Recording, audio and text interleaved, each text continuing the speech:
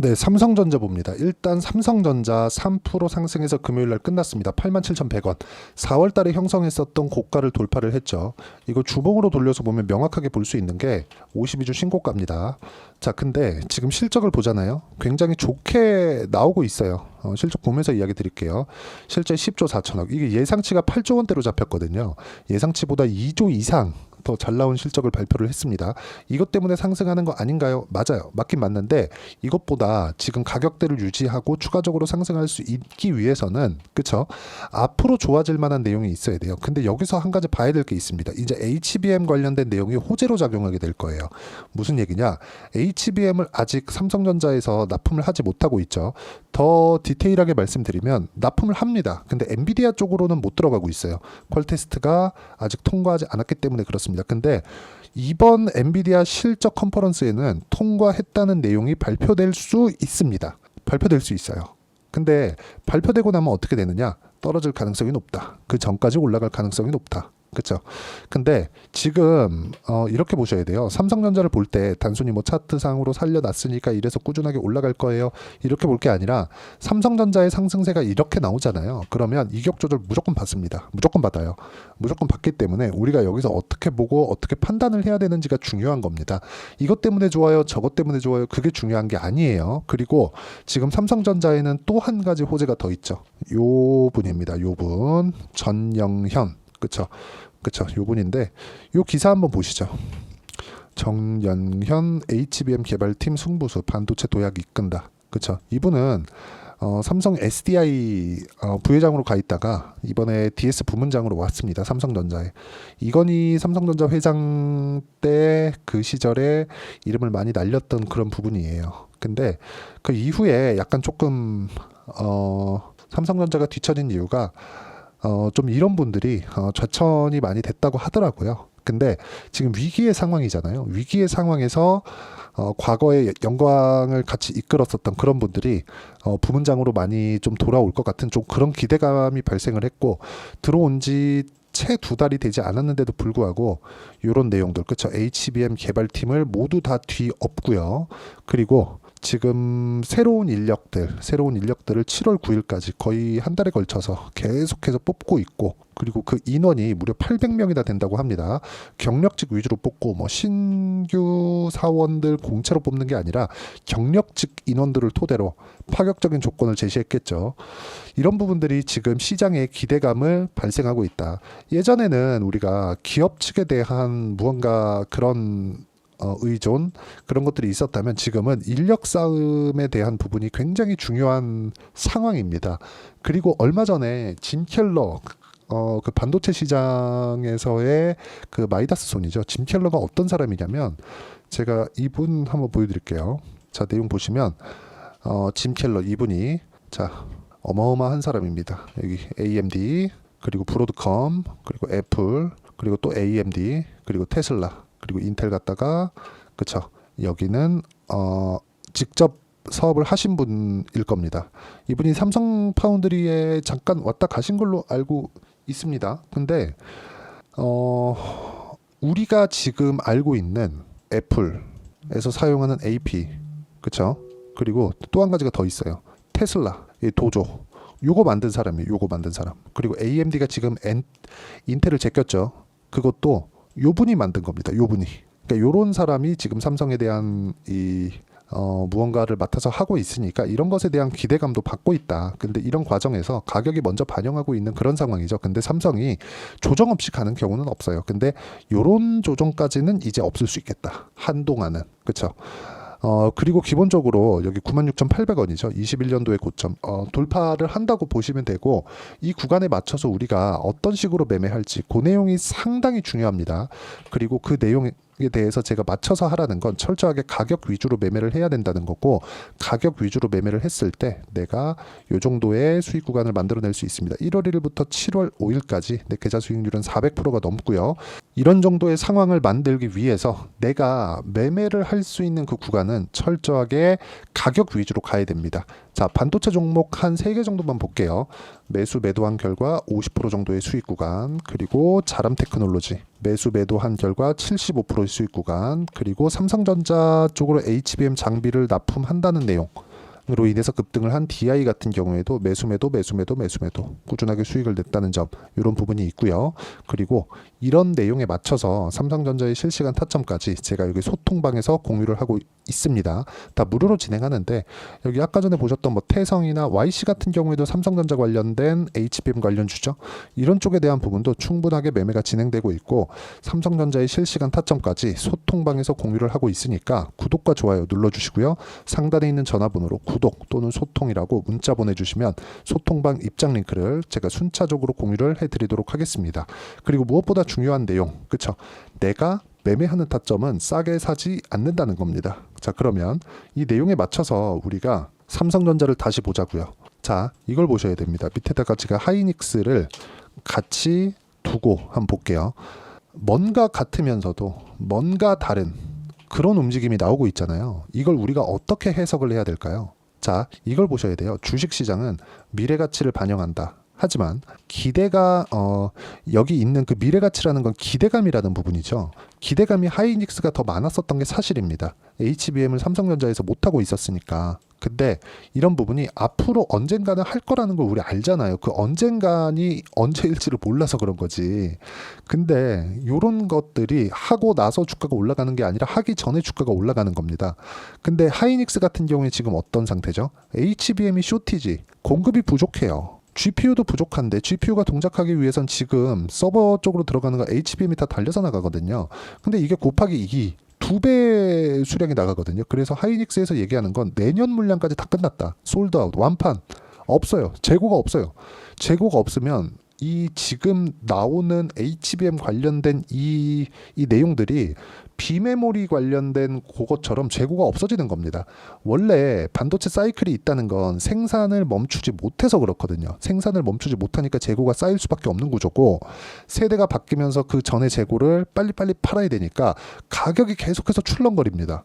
이런 부분이 실적으로 반영될 수밖에 없고 그 내용이 작용을 한 건데, 이런 부분이 그쵸? 이런 부분이 이제 없어지는 거예요. 왜? 메모리 반도체에 대한 중요도를 이번에 다 확인을 했기 때문입니다. 그런 부분을 하이닉스는 반영을 시켜놓은 거예요.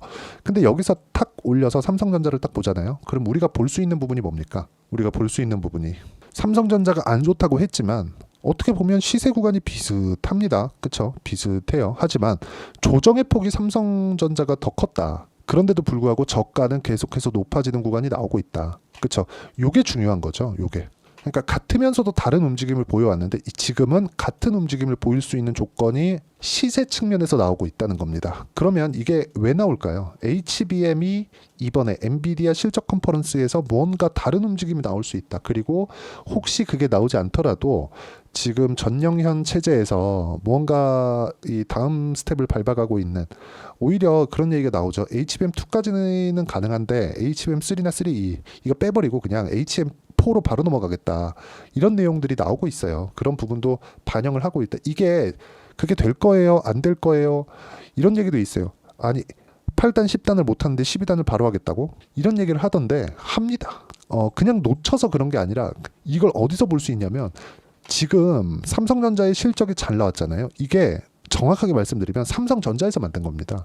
삼성전자에서는 실적을 조율할 수 있어요. 삼성전자에서 그냥 감산하면 돼요. 감산하면 가격 올라가요. 이걸 하이닉스는 못합니다. 그러니까 삼성전자가 올라가서 HBM 관련된 내용만 있었으면 하이닉스는 이렇게 반등을 못합니다. 여기 빠졌어야 맞아요. 독점적 지위가 아예 그냥 깨지는 거니까. 근데 그런 상황이 이제 안 일어난다는 거죠. 반도체 경기에 대한 부분이 작용하고 있다는 거죠. 전 개인적으로 이번에 반도체 파동이 마지막 파동이라고 생각을 해요. 근데 이게 엔비디아 같은 경우에 너무 많이 올라왔고 그래서가 아니라 메모리 반도체가 정말 비메모리화 되기 전까지는 이런 상황이 지속될 텐데, 하지만 이 뭉쳐있는 몰려서 나오는 시세는 굉장히 크게 나올 거라는 거죠. 그리고 관련돼 있는 종목군들에 대한 변동폭은 어마어마하게 반영을 할 겁니다. 그래서 제가 계속해서 말씀드리는 것도 미래 가치를 반영하는 주식시장의 특성을 이해하자. 삼성전자도 마찬가지다. 그래서 말씀드리는 거니까 이 부분 이해하셨으면 좋겠고, 이런 부분을 제가 여기 삼성전자의 실시간 타점, 그리고 삼성전자의 관련돼 있는 종목군들의 실시간 타점, 하지만 올라가고 있는 종목군들만 공략을 한다. 이 내용을 소통방에서 공유를 하고 있으니까 구독과 좋아요 눌러주시고 상단에 있는 전화번호로 구독 또는 소통이라고 문자 보내주시면 소통방 입장 링크를 순차적으로 공유를 해드리도록 하겠고요. 이런 식으로 타점을 잡는 그 내용이 있겠죠. 그런 부분을 단기 보유 전략과 그쵸, 단기 보유 전략을 이용한 실시간 타점을 제가 문자로 공유를 해드리도록 할 테니까 상단에 있는 전화번호로 삼성전자라고 문자 보내주시면 제가 여기 단기 보유 전략과 실시간 타점을 문자로 공유를 해드리도록 하겠습니다. 어떤 식으로 공략할지 그 내용에 대해서 제가 이야기를 드린 거고, 내용 정리하면 그렇습니다. 주식시장은 철저하게 가격 위주로 반영이 되고 가격 위주로 봤을 때 이런 정도의 매매를 할 수 있다. 그렇죠. 25%, 14% 이렇게 매매를 이어갈 수 있고, 이 내용에 대해서 내가 어떻게 판단하고 어떻게 이해를 하고 분류를 하고 판단을 할지를 제가 가장 쉬운 언어로 이해를 시켜드리도록 할 테니까 영상 끝까지 시청하시고요. 모든 분들이 성공 투자하셨으면 참 좋겠습니다. 자, 24년도가 돼도 여전히 시장은 녹록지 못합니다. 이런 상황이 벌어지는 건 어쩔 수 없습니다. 이런 상황에서도 수익이 나는 종목들의 구조는 변하지 않습니다. 즉 대시세 종목에 대한 구조는 변하지 않는다는 거고, 실제 제가 소통방에서 지속적으로 이야기를 드리고 있는 내용도 대시세 종목이나 시장 주도주를 공략하는 건 철저하게 가격 분석을 하라고 이야기를 드리고, 가격 분석 이후에는 이슈에 대한 파악, 그리고 이슈를 파악하고 나서는 다시 내가 얼마에 매수할지 그 타점에 대한 부분을 지속적으로 언급을 하고 있습니다. 자, 근데 생각해 보세요. 시장이 굉장히 어려웠습니다. 어려운 상황에서의 어떤 종목들이 강했냐 보면 반도체와 그리고 바이오입니다. 자, 실제 여기 보면요. HLB에 제가 실제 매매한 내용을 띄워놓고 보여드리고 있는데, 1월 22일부터 매매를 시작해서 4일 동안 31%의 수익 마감이 됐고요. 그리고 여전히 신고가 종목입니다. 자, 그리고 그 다음 어보브 반도체, 이름을 보시다시피 반도체 종목이죠. 그리고 AI 반도체는 지속적으로 강세를 보이고 있습니다. 이 종목도 신고가를 먼저 달성한 이후에 제가 21%의 단기간에 21%의 큰 수익을 내고 마감이 됐습니다. 다시 재공략을 준비하고 있고, 이런 부분은 소통방에서 다 공유를 해드립니다. 자, 그리고 코세스, 자, 코세스 같은 종목도 당연히 그쵸, 신고가 종목이고요. 그리고 반도체 종목입니다. 이 종목도 영업일 기준에서 이틀 동안 대략 한 15%의 수익 마감이 됐습니다.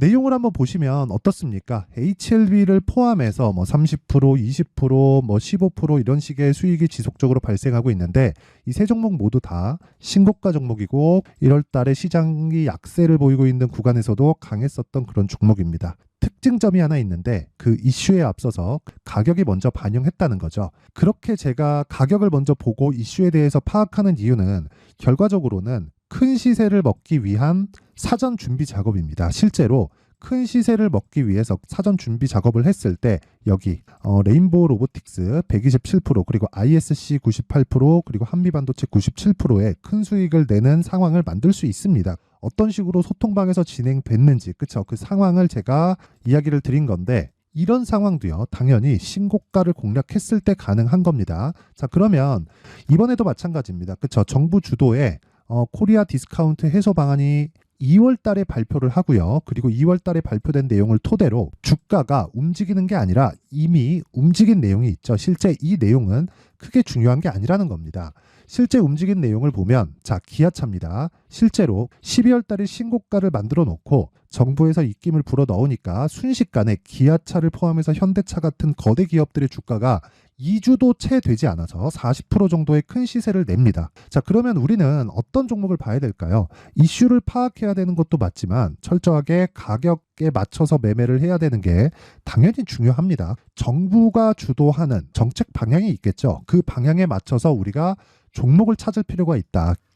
자, 그러면 답이 나왔습니다. 정부가 주도하는 방향에 맞춰서 제2의 기아차를 찾는 게 지금은 중요하다. 근데 정부 정책의 방향에 맞게 가자.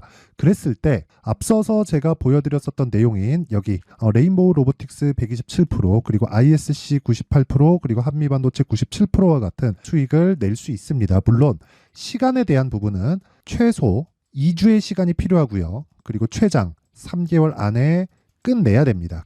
자, 기아차의 시세를 보셨던 것과 같이 2월 달에 정부 정책의 방향이 결정되고요. 바로 3월 달이면 시행입니다. 자, 그러면 우리는 거기에 맞춰서 당연히 종목을 찾아야 되고 제가 제2의 기아차를 찾아놨습니다. 제가 아까 전에 소통방에서 이야기를 드렸었던 내용 다 공개를 해드렸는데 그 내용처럼 종목만 받고 싶다 하시는 분들은요. 상단에 있는 제 전화번호로 대시세, 자, 대시세라고 문자를 보내주시면 정부 정책의 방향에 맞는 종목을 모든 분들에게 무료로 공개를 해드리도록 하겠습니다. 자, 제가 원하는 건 채널 성장이 목적입니다. 자, 그래서 구독과 좋아요 꼭 좀 부탁드리고요. 모든 분들이 정부 정책에 맞는 방향으로 매매를 이어가서 큰 수익 보셨으면 좋겠습니다.